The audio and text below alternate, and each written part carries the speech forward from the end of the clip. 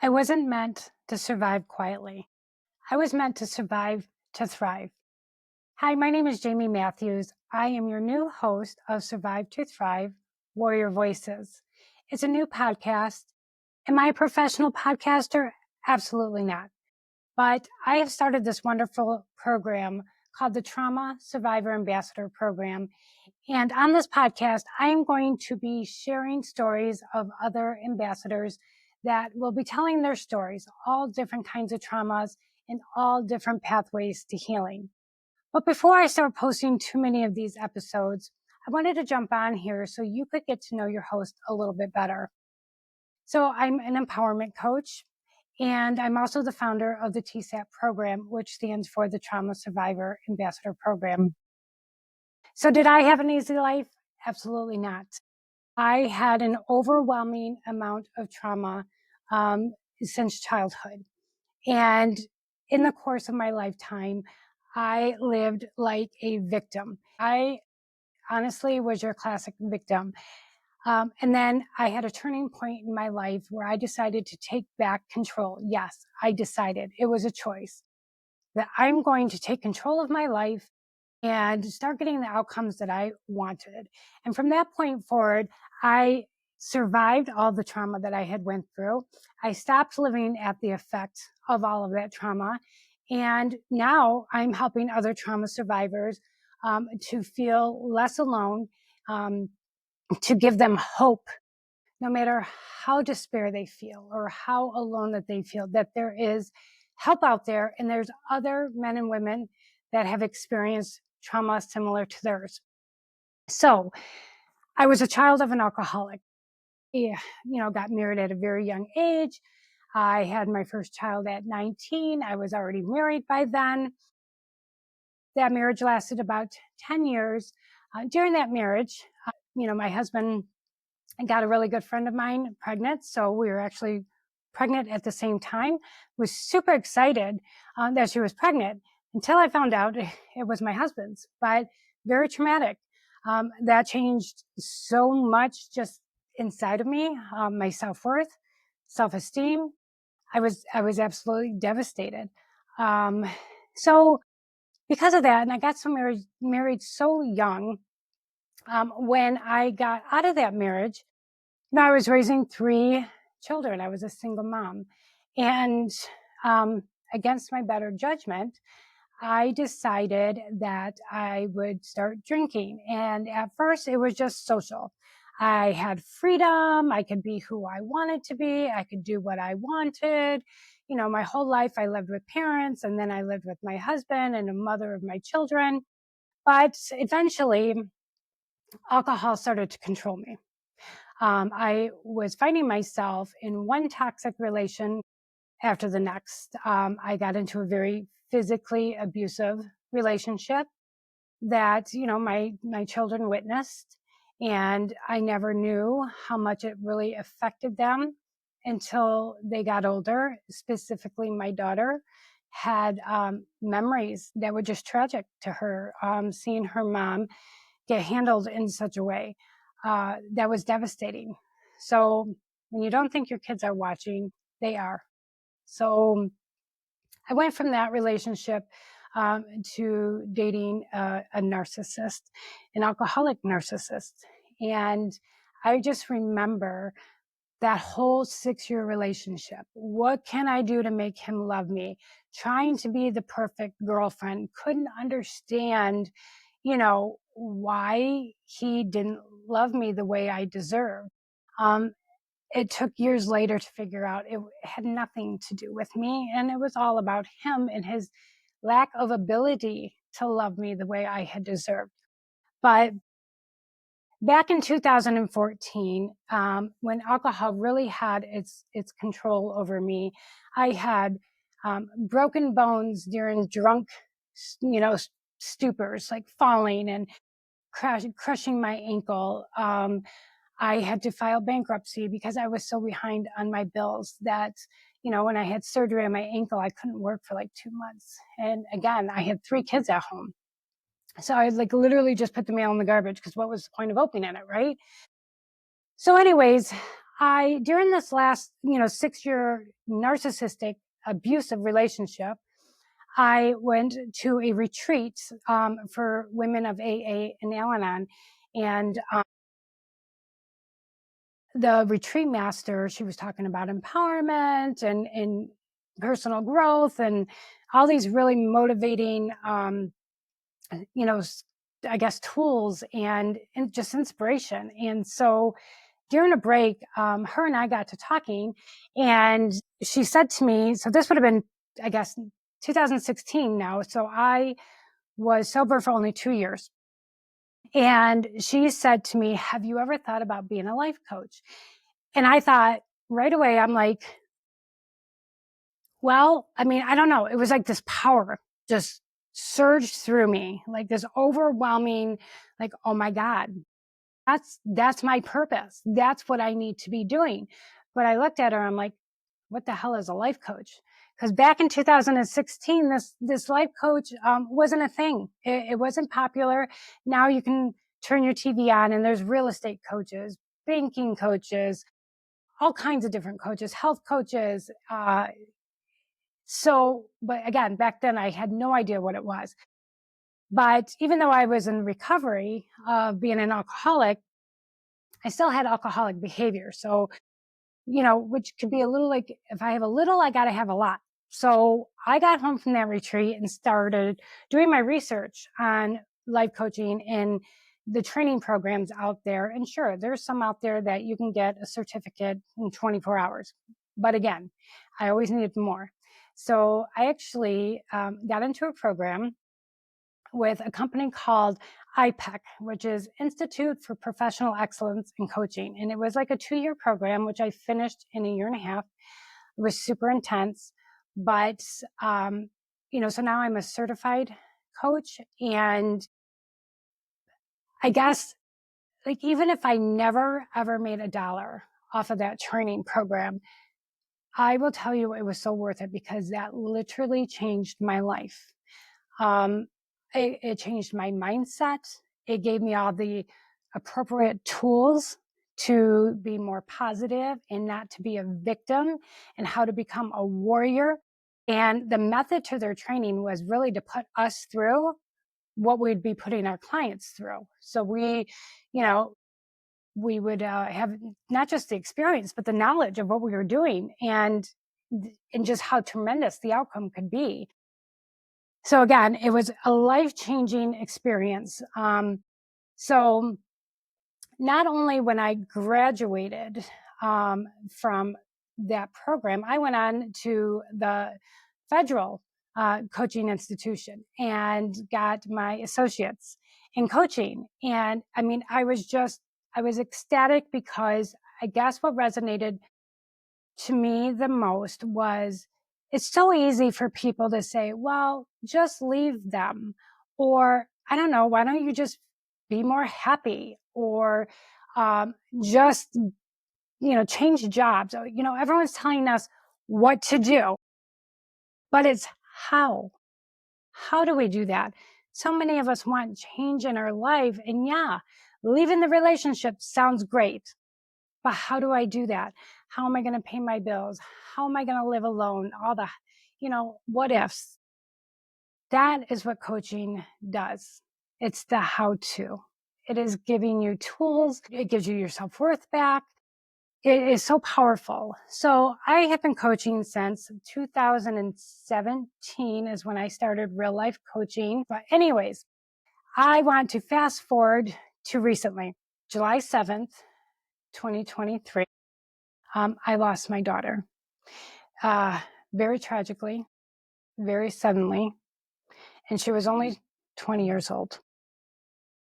That really was just absolutely brutal. It's still brutal to this day. My daughter lived a life of trauma. So she was sexually assaulted for years. And with that, she struggled mentally with depression, Stockholm syndrome, PTSD. I got her to finish high school. It was a struggle because she was very suicidal for many, many years. She just said, "Why do I need a high school diploma when I don't plan on being here?" is what I would hear often. She started drinking herself. She then met a man that had lied to us about his age.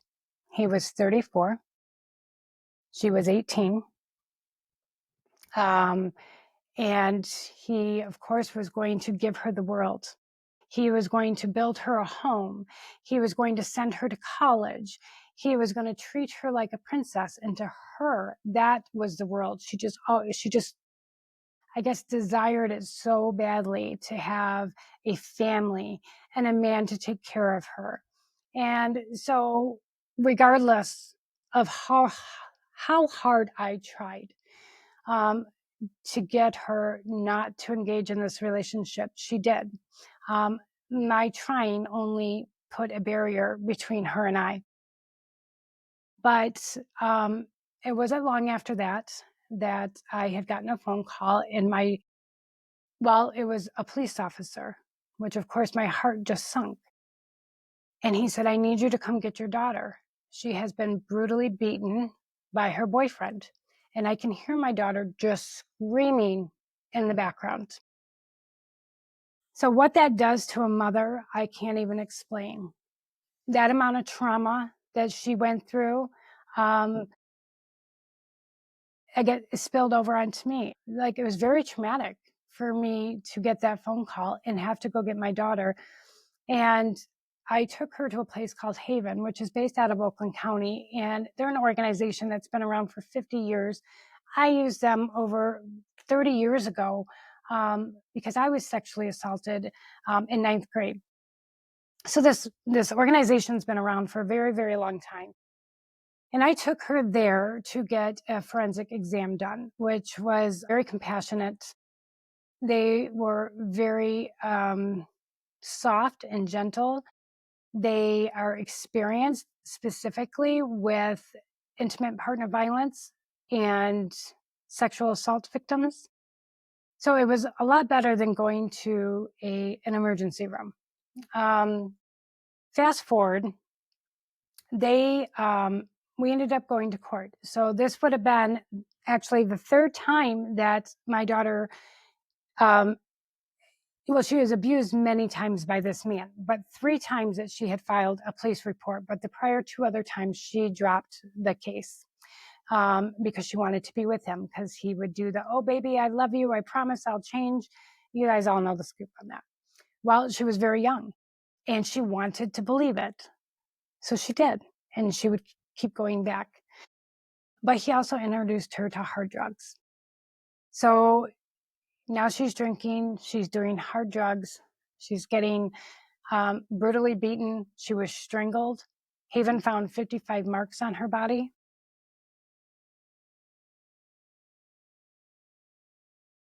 And I remember when Haven stepped in and gave their help, and I had taken Hope out of that home, she decided this was the time she was going to go through. She was scared for her life. The police found her because she was running down the street, half naked, screaming, "He's going to kill me." And luckily, one of the neighbors called. So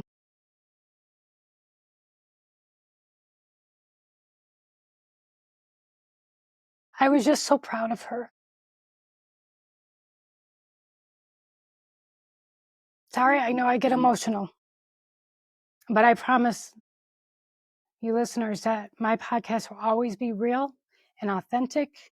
I don't have a teleprompter going. I don't have a script. It's just me. It's going to be just real, raw, authentic. So anyways, she ended up going to court. Haven gave her an advocate, and she had said that this guy's new girlfriend had been reaching out to her, and he was already abusing her.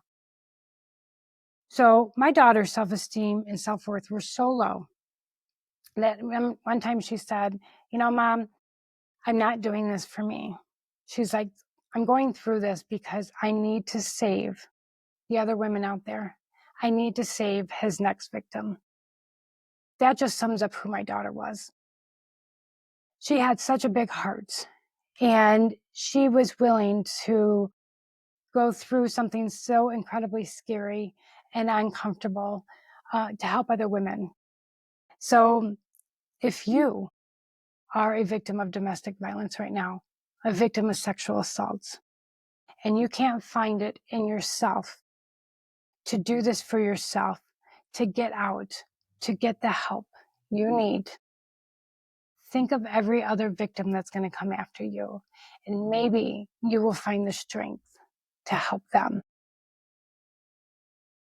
So after she left that relationship, of course, she still struggled with low self-esteem and PTSD and all the things. Now, on top of that, she's an addict. She's an alcoholic and she's an addict. So she landed herself in another very toxic, abusive relationship. My daughter was doused with gasoline with a black eye. It was sealed shut. It was so bad. And she continued to be in these toxic, abusive relationships the rest of her life, which again, 20 years, that's all she got. So again, I was able to get her out of that relationship, getting one of those terrified, frantic phone calls again to come get her. They were going to kill her. So from that one, though, she went into a rehab because I had at this point tried everything a mother could possibly do to get their child help. I had called 64 places, like rehabs, mental health institutions, things like that, over 2 days, and couldn't get her any help. Either they didn't accept insurance or they weren't equipped. They weren't equipped for all the trauma that she had lived through. Yes, I was told that several times, that we are not equipped for her kind of trauma. It was absolutely devastating. But we ended up locally being able to get her at least into a rehab. And she stayed there for a couple of weeks. And then she moved in with my mother. And she was on her sobriety journey. And during her times of sobriety, she and I started a seminar called the Hope and Jaime Show.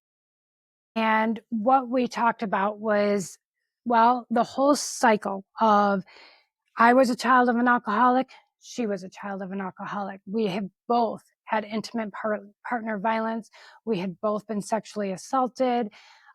We used to just be, we'd butt heads like most mothers and daughters do, to coming together and having a very close relationship. Which even during that close relationship, we had our hard times, because when she was,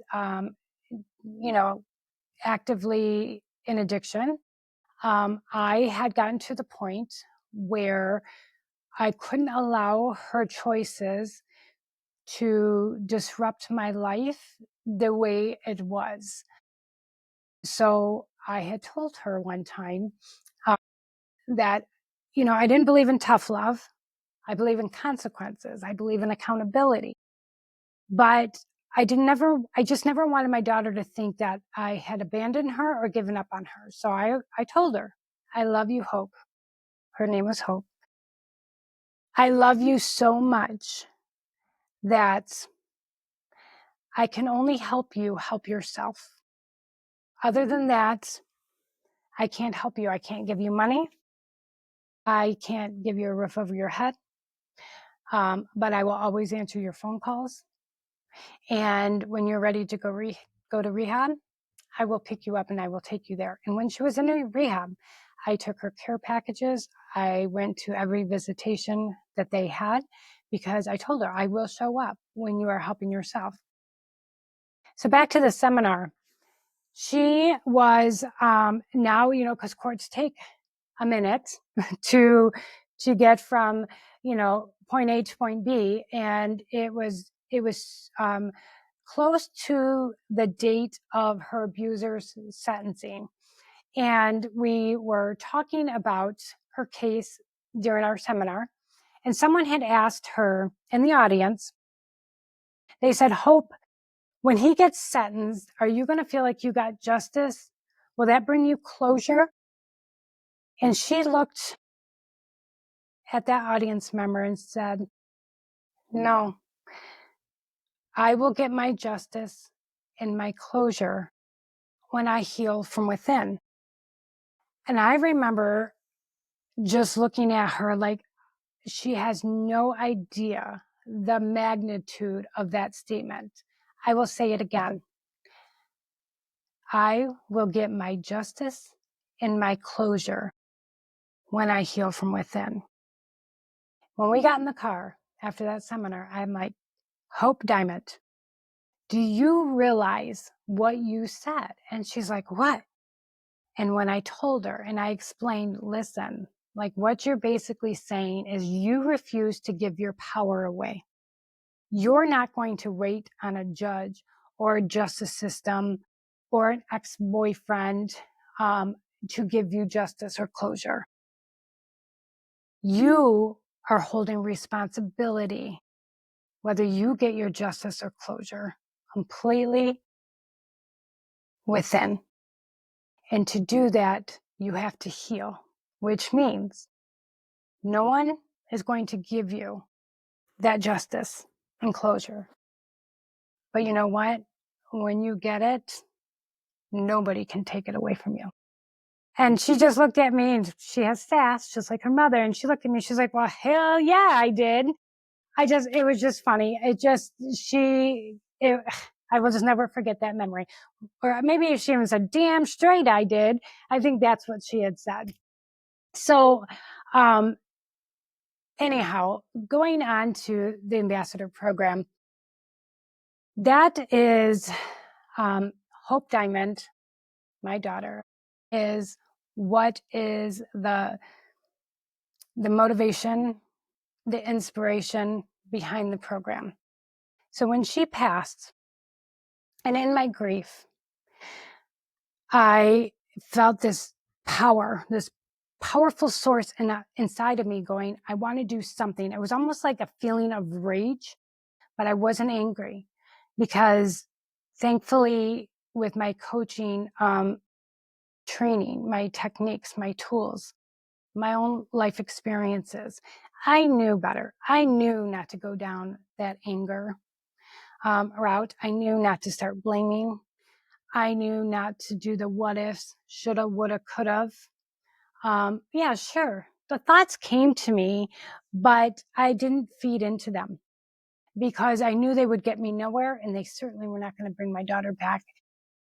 Is it difficult? It is. Sometimes they say being a coach and having the training that I do is absolutely a blessing and a curse all at the same time, because sometimes, damn it, I just want to be mad or I just want to blame somebody. But my brain is like, no, you know better. So yeah, I do have those emotions. I just have learned to not feed into them because I know it's just gonna hurt me. It's not gonna help me. So with this strong feeling that was constantly filling my soul, I was like, what can I do with this energy? Am I going to fight? I mean, my daughter and I both have had all sorts of trauma, not just domestic violence, not just sexual assault, not just betrayal. We had several different kinds. And I'm like, what am I fighting? Where am I supposed to support? How can I keep the Hope and Jaime show going without her here? She had so many important things to say and wisdom that she brought to others about her experience as a trauma survivor. I'm like, how do I keep that going? So literally, I'm not kidding you, when one night, well, it was after a conversation with one of my friends. I was saying just this. I was telling her, what do I do? What am I fighting? I don't know where to put all this energy. And she said, Jaime, if anyone can fight all traumas, it's you. I was like, challenge accepted. So it wasn't long after that, I was sitting on my couch. Hope's urn is in my living room. And yes, I talked to her. And I was just having a conversation like, girl, what do you want me to do? Send me some signs. Like, I need to just figure it out so I can get busy. Help me figure out what that is. What am I supposed to be doing now? The second year of grief was, oh my gosh, it was just, I can't explain it. I thought the first year I was handling it so well. I was so proud of myself. I even got counseling because I needed an unbiased support. And she kept telling me, she's like, you just have healthy thinking. You're doing great. I don't know that there's anything I can tell you that you don't already tell yourself. So I thought I was doing good. And then the second year, it got messy, very, very messy. I was exhausted, didn't want to get involved in anything. I just wanted to sit on my couch and just be alone. I wanted to shut down. And I was like, why did that happen? Well, I think I was just so numb. I think I was just in shock and disbelief that first year, that the longer that time went on, the harder the grief got. So that bullshit line, that time heals all wounds, lie. I call bullshit. No, that's not my experience. The more time that goes by, the harder the grief got. So I knew I needed to step up, and I needed to make sure that this grief wasn't going to take over my life. Because listen, I've already lived half of my life in trauma, in sadness, in defeat, in addiction, in abusive relationships. I had finally changed my life. I had finally put the work in and did my training, got my coaching certificate, started my own business. And at 40-ish years old, I met the man that I swear was meant for me. The very first man that ever treated me with respect and dignity and loved me the way that I deserved to be loved. He's just so amazing. I mean, we've been together now 6 years-ish, and we've never even fought because our communication is so on point. And he lets me just be me. And when I was in my grief, and I was sitting on the couch, maybe I didn't shower for days, maybe I wasn't eating. He was so gentle. He would just say, do you think maybe you're getting hungry? I could probably make you something to eat. Instead of saying, why aren't you eating? He never said, when are you going to get off the couch? He said, I know you're suffering right now. I know you're grieving. He said, I don't know really what to say. I know anything I say might not help. He said, but just know I'm close. And that to me was the best thing I guess he could have said to support me, because I knew that if I needed him, he would be there. But you know what I needed from him is exactly what he gave me. And anyway, so here I am, thriving. Survive to thrive is my motto. Listen, I'd throw my leg up on the screen if I could, but I have a tattoo on my calf that says survive to thrive, and so did my daughter. We got our matching tattoos because that was our life motto. That is why this podcast is called Survive to Thrive. You don't just have to survive life events, you can thrive through them. So here I am thriving when she passed away. And I felt like I got to find a way to not let this circumstance that is out of my control take everything I've worked so hard for. So I was sitting there one night and the thought came to me, and I don't know how this worked, but literally I'm like, oh, Trauma Survivor Ambassador Program. And in that instant, I knew exactly, like I had a whole outline in my head of how this entire program was going to work. It just all came to me all at once that I would open it up to all trauma survivors. It could be, a survivor of abuse. It could be a survivor of a life-altering illness. It could be a survivor of a disability. It could be a survivor of abuse from a family member. It could be, trauma is trauma. And everybody has had some kind of trauma. So why would I leave any of them out? Because, no matter what trauma you go through, the healing tools can work for all of them. So I was going to get ambassadors. I was going to get other trauma survivors to start telling their stories and to start telling their pathway to healing.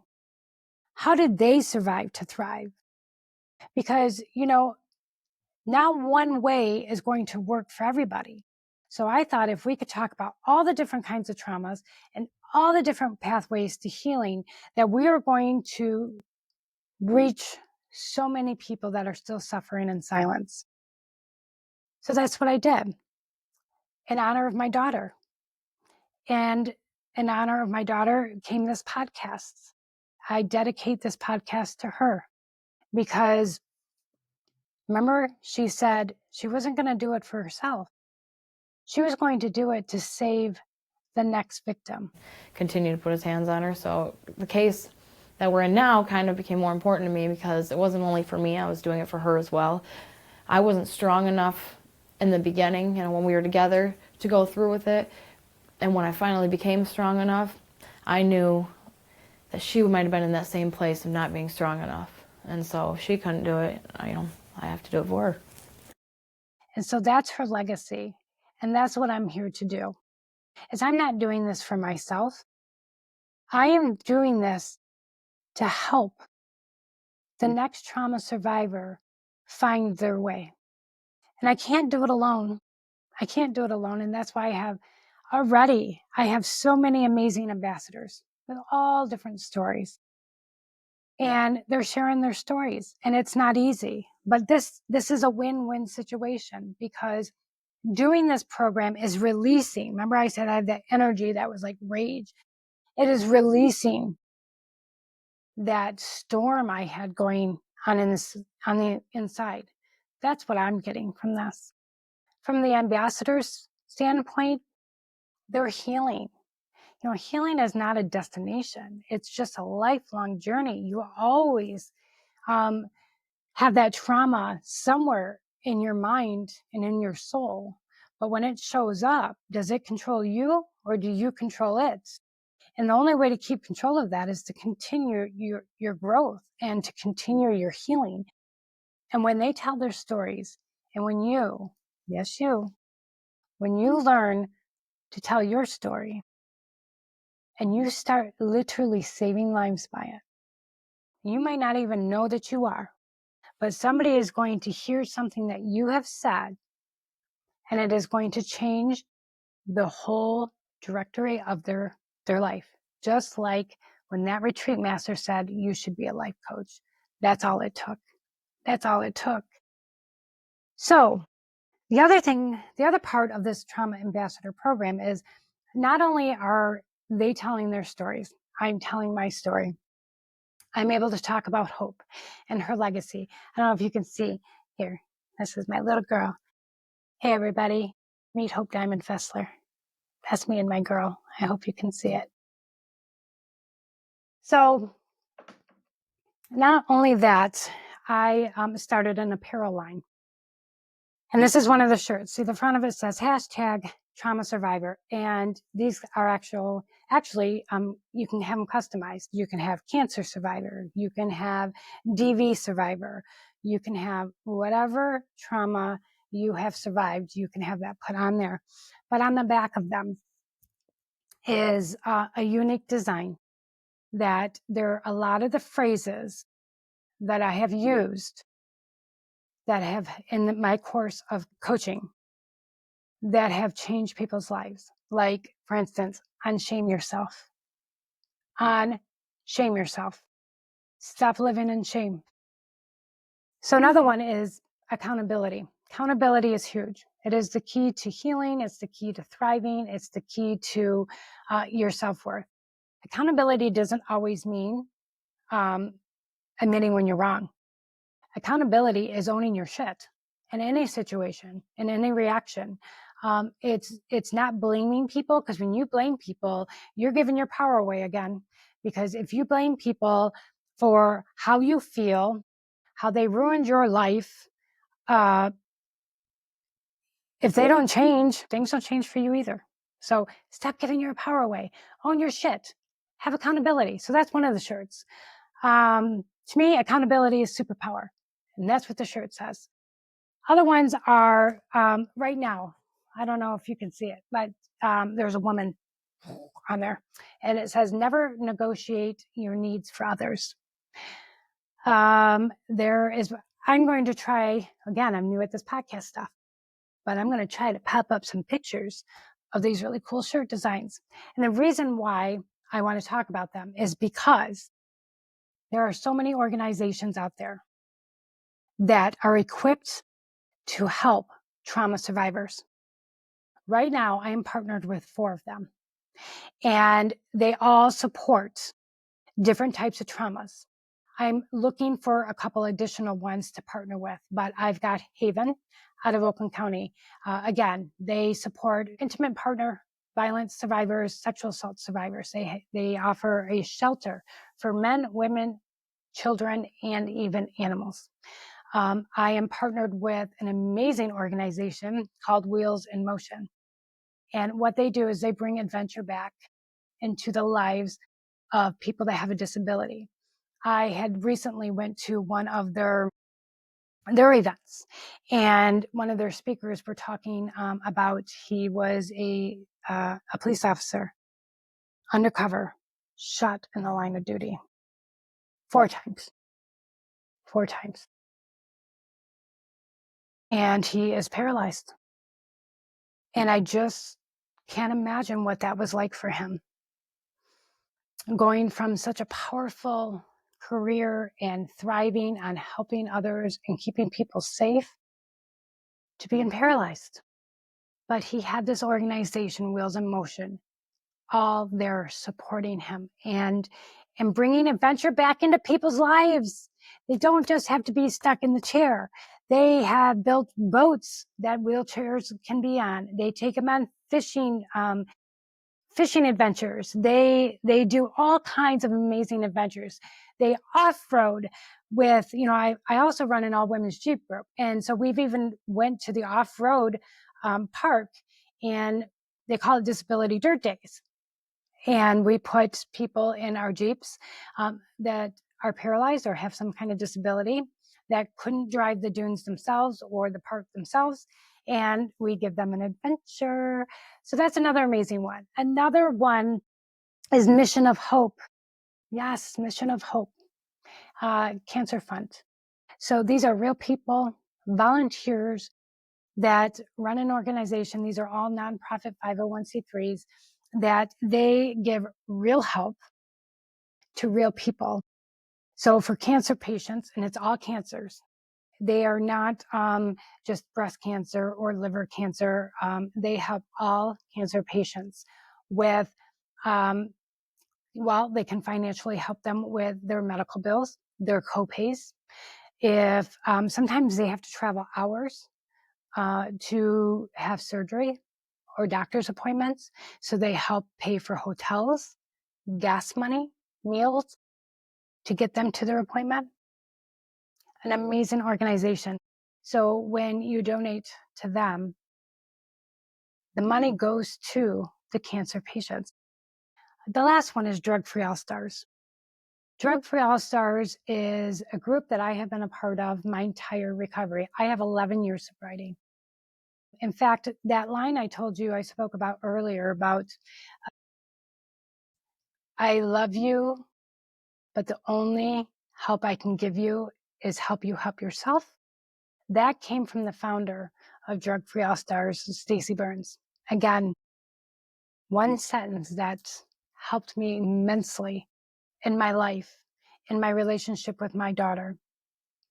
And what Drug Free All Stars does, it's a group of addicts, alcoholics, family members of alcoholics and addicts. They accept you no matter what. It doesn't matter how you recover, they will support you. They don't believe in just one program. For example, AA. They don't believe that if you don't go to AA, you're not welcome there. You are welcome there. If you are a mother that is dealing with a child in addiction like I was, you're welcome there. And they are full of resources. If you need to find a rehab, if you need to find a support group, if you need anything, and that's what they're there for. That's what I love about them, is that they are so inclusive to all types of recovery. So those are the 4 I have right now. And I'm working on one for veterans and one on suicide prevention and awareness. But basically, every time you buy one of these shirts, ambassadors, they get a discount. They get a discount code. They get 10% off. Then when anybody ambassador or not, purchases an apparel, I've got hats, I've got bags, I got sweatshirts, I got hoodies. 10% of the profits go to one of those organizations. And the best thing about that is you get to pick when you're checking out, you get to pick what organization that you want to support. So these shirts are helping those organizations support trauma survivors. Again, it's a win-win-win-win. So I know I've overtalked. This thing was supposed to be like 25 minutes long and it's 45. So I am going to get off here. Again, I wanted to do, what was supposed to be a quick introduction, but with me, that just never happens. It's never quick, but my story is very complicated. It is filled with trauma, but most importantly, it is full of healing and inspiration and hope. I hope that you guys will subscribe and like and share. Everybody knows somebody. Everybody knows someone that's gone through trauma, whether they're fresh into healing, they haven't got there yet, or they've been through this and healed. This podcast, this channel is going to inspire them. Please talk about the Trauma Survivor Ambassador Program. You can find it at www.reallifecoachingllc.com. I am on Facebook. I am on Instagram. I am on TikTok, YouTube, Spotify. So please go find me. I will put all of those links in the description, so it's easy to find me, but we are just getting started. And there is so much that this ambassador program is going to evolve into. So stay tuned for that.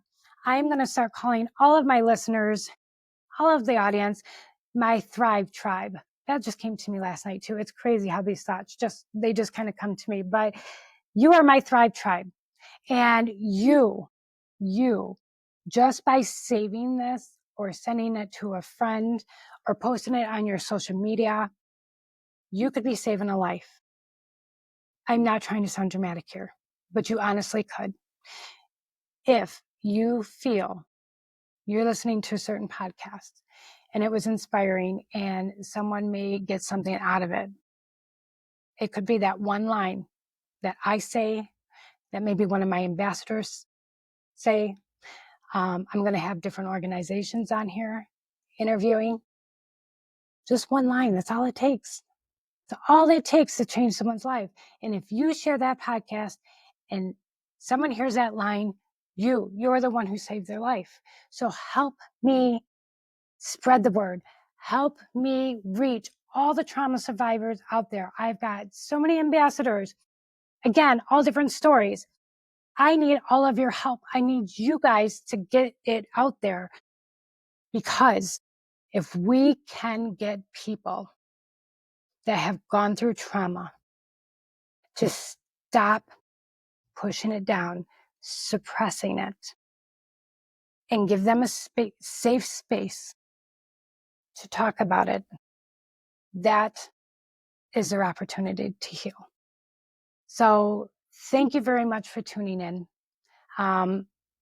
It was great to give you a little bit about, well, a lot about me. Okay, let's be real. A lot about me. I will do these every so often. I will try not to make them as long as I did today. Just keeping up on what the ambassador program's doing, where you can jump in and help. And listen, I am looking for more ambassadors. So if that speaks to you and you are comfortable sharing your story and talking on your social media about the trauma that you've gone through, not in a victim way, not looking for the I'm sorry or, oh my gosh, it's so sad, but in an empowering way. Like, listen, I'm a trauma survivor ambassador. I'm here to tell my story because I want to help others heal. If that sounds like you, again, find me on my website. There are tabs at the top that say Trauma Survivor Ambassador Program. It will tell you all about the program. Again, I will put those links below. But guess what, people? Guess what, my Thrive Tribe? It is time. It is time to survive, to thrive. All right, I'm out of here. Peace out. We will be seeing you soon. Bye-bye.